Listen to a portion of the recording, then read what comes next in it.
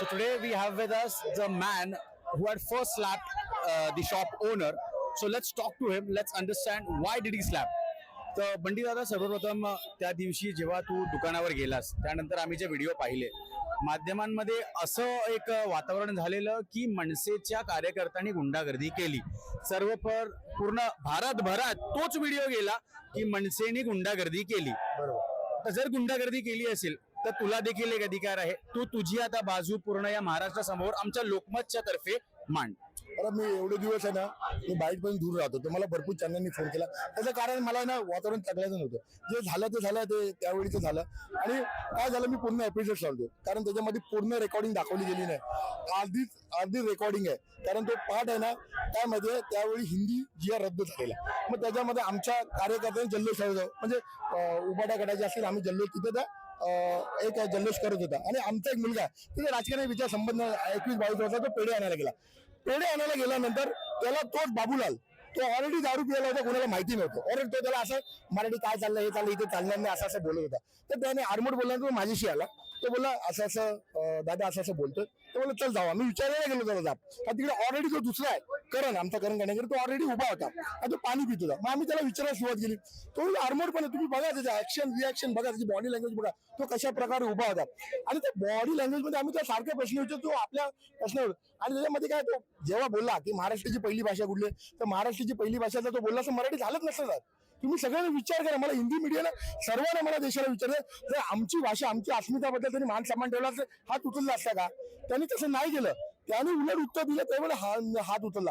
त्याच्यानंतर पण जे पोलिसांनी आमच्या कारवाई केली, आमच्या त्याच दिवशी आमच्या दुसऱ्या दिवशी आमचा केस केला, ते पण नरेंद्र मेहताने स्टेटमेंट दिली. काय स्टेटमेंट दिली? हिंदू, जैन आणि मारवाडी. आणि नरेंद्र मेहता मला बोलायला की तुम्ही पहिले हिंदू होते, आता जैन आणि मारवाडी कसे आले इलेक्शनला? तुम्ही जय श्रीराम जय श्रीराम. अहो, मी पण हिंदू समाजातून येतो, मी कट्टर हिंदू आहे. पण तुम्ही लगेच वेगळ्या आणि त्यामुळे ते मारवाडी समाजामध्ये वेगळं माझ्यावर केस झाली. माझ्यावर मी DSP साहेबांना बॉन्ड लिहून दिला, 70,000 रुपये भरलेत.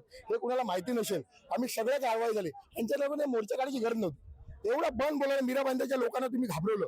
मीरा बांध्याच्या आम्ही एकजूट आहेत, आम्ही हे आहे, आमच्यावर कोणी बोलायचं नाही. तुमचे धंदे काम धंदे आम्हाला सगळं माहिती आहे. तुम्ही मिठाई काय बनवतात, तुमची शेड काय, सगळे तुमचे धंदे माहिती आहेत. तुम्ही मेडिकल लाईन मध्ये काय, आम्ही तुम्हाला कधी आरोप केला नाही. ह्यावेळी पण मराठी जनताला ही लोक रूम देत नाही आम्हाला. आम्ही मच्छी मटण खातो. ह्यांचे फेस्टिवल होतो तेव्हा आम्हाला ही लोक जे म्हणजे त्यांचे मच्छी मटण आमचे बंद करतात, तरी आम्ही गप होतो.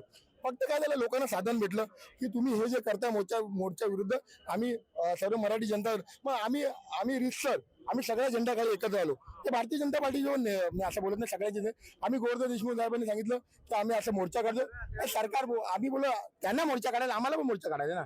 तसं काही मोर्चा काढायला दिलं नाही. पण तो आक्रोश झाला आणि आमच्या नेत्याला तुम्ही उचलायला लागले, आमच्याला तडीपारच्या केसात लावायला, त्या सगळ्या प्रकारच्या केल्यानंतर जो हा आक्रोश झाला. तुम्ही आक्रोश हे केलंच नसतं, झालंच नसतं. आणि पुढचा एक माझा असा प्रश्न आहे की गेले 23 वर्ष ठाकरे बंधू जे महाराष्ट्रातील सर्वात अग्रेसर असे खानदान आहे पॉलिटिक्स मधलं, त्या 23 वर्षानंतर राजकारणात पुन्हा एकदा सक्रियपणे एकत्रित आलेले आहेत. तर त्याबद्दल तुमची भावना काय हे आम्हाला जाणून घ्यायचं आहे. बघा, असं असतं, दोन माणसं म्हणजे मी आणि तू भांडत असलो एकच आनंदच होणार ना. आपला काय बघा, माझा तुमचा काय वाद नाही, तिकडे काय माझा तुझा वाद आहे का? कधी कधी भांडण होतं, कधी कधी असतो इगो. पण राजसाहेबच बोलले, पहिला स्टेटमेंट राजसाहेबांचे होते, इगो बिगो बाजू ठेवा, महाराष्ट्र धर्म होते. आता ही जनता, ही भारतीय जनता पार्टीचे, राष्ट्रवादीच्या सगळ्या पक्षाचे आहेत. आमचे वाद आहेत ना, पक्षाच्या वाद, विचाराचे वेळ वाद, पण महाराष्ट्र धर्म हे प्रधान. त्यामुळे लोक झाले. हेच राजसाहेब बोलतात, महाराष्ट्रासाठी एकत्र व्हा. आणि जेव्हा तू हात उगारला होतास, तुला असं वाटलं होतं का की त्या एका हात उगारल्यानंतर एवढं प्रकरण असं चिघळेल? नाही, मला खरं नव्हतं. आम्ही अशा गोष्टी करत असतो, कारण आम्ही महाराष्ट्र सैनिक आहेत, अशा गोष्टी करत असतो. ते काय झालं, मी आयुष्यात अशा गोष्टी केल्या, कधी एवढा कॅमेरा एवढा फोकस मी आलो नव्हतं. ते गोष्ट झालं, ते व्हायरल झालं, त्यामुळे मला ते कळलं नाही. मी तुम्हाला बोलतो ना, हे माझ्या, कारण मी ऍक्च्युली आम्ही काय मध्यमवर्गीय म्हणतो, आमच्या वाईफ पण आहे, आमच्या मला काय धमकी आलं मी कधीच कुणाला सांगितलं नाही. आम्हाला तिकडून उत्तरात आम्हाला एवढ्या धमकी देत होता. कुठली एक दोन धमकी जर तू सांगू शकलास की काय नक्की झालेलं? की तुला उचललं जाईल, तुला ठार मारलं जाईल, तुला हे.